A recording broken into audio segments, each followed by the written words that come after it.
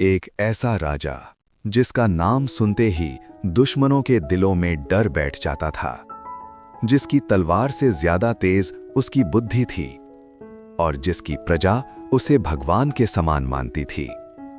क्या वो केवल एक साधारण राजा था या इतिहास की सबसे महान किंवदंतियों में से एक?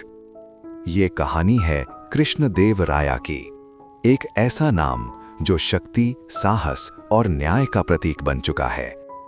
एक ऐसा शासक जिसने न केवल अपने दुश्मनों को हराया बल्कि अपने राज्य को समृद्धि और गौरव की ऊंचाइयों तक पहुंचाया। लेकिन उनकी कहानी सिर्फ युद्धों की नहीं है। ये कहानी है एक ऐसे राजा की जिसने दिलों पर राज करना सीखा। समय था 16वीं शताब्दी का, जब भारत कई छोटे छोटे राज्यों में बटा हुआ था और हर ओर अस्थिरता और संघर्ष का माहौल था। हर राज्य अपने अस्तित्व के लिए लड़ रहा था, हर राजा अपनी सत्ता बचाने में लगा था। इसी कठिन दौर में जन्म हुआ एक ऐसे योद्धा का जो आगे चलकर इतिहास बदलने वाला था, कृष्णदेव राया। जब उन्होंने विजयनगर साम्राज्य की बागडोर संभाली तो उनके सामने केवल एक नहीं बल्कि अनेक चुनौतियां खड़ी थीं।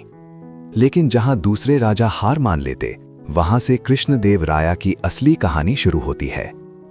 कृष्णदेव राया केवल एक शासक नहीं थे, वे एक असाधारण योद्धा थे। उनकी तलवार में ताकत थी, लेकिन उनकी सोच में जीत छुपी थी। उन्होंने कई बड़े युद्ध लड़े और हर बार अपनी रणनीति और साहस से दुश्मनों को पराजित किया। कहा जाता है, युद्ध शुरू होने से पहले ही उनका नाम सुनकर दुश्मनों का हौसला टूट जाता था। उनकी सेना अनुशासित थी, उनकी योजनाएं सटीक थीं और उनका आत्मविश्वास अटूट था। लेकिन उनकी महानता केवल युद्ध तक सीमित नहीं थी। उनके शासनकाल में विजयनगर साम्राज्य ने अपना सबसे स्वर्णिम समय देखा। ये वो समय था जब कला अपने चरम पर थी, भव्य मंदिरों का निर्माण हो रहा था और व्यापार नई ऊंचाइयों को छू रहा था। सड़कों पर रौनक थी, बाजारों में समृद्धि थी और लोगों के जीवन में खुशहाली थी। विदेशों से आने वाले यात्री भी इस साम्राज्य की भव्यता देखकर चकित रह जाते थे। अब सवाल उठता है, लोग उन्हें भगवान के समान क्यों मानते थे? क्योंकि वे केवल शक्तिशाली नहीं थे, वे दयालु और न्यायप्रिय भी थे।